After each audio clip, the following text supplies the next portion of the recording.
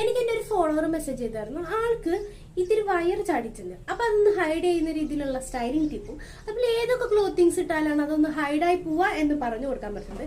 അപ്പൊ നമുക്ക് പറഞ്ഞു കൊടുക്കാം. ഏത് ക്ലോത്തിങ്സ് പെയർ ചെയ്യുമ്പോഴായാലും നമ്മുടെ ലോവർ ബോഡിയിൽ വരുന്ന ക്ലോത്തിങ്സ്, പാൻസോ സ്കേർട്ടോ എന്തും ആയിക്കോട്ടെ, അതൊക്കെ നമ്മൾ ഹൈ വേസ്റ്റ് ആയിട്ട് ഇടാൻ നോക്കുക. കാരണം ലോ വേസ്റ്റ് ആകുമ്പോൾ നമ്മുടെ സ്റ്റൊമക്ക് ഒന്നും കൂടി ബൾജായിട്ട് നിൽക്കും. അത് നമുക്ക് ഒന്നും കൂടി വണ്ണുള്ള പോലെയും വയറ് ചാടി പോലെയൊക്കെ ഫീൽ ചെയ്യും. സൽവാർ ഇടുമ്പോൾ പോലും നമ്മുടെ പാൻസ് ഹൈ വേസ്റ്റ് ആയിട്ട് ഇട്ട് കഴിഞ്ഞാൽ നമ്മുടെ സ്റ്റൊമക്കിന്റെ ബൾജിങ് നല്ലപോലെ ഒതുങ്ങി സ്ലിം ആയിട്ട് ഫീൽ ചെയ്യും.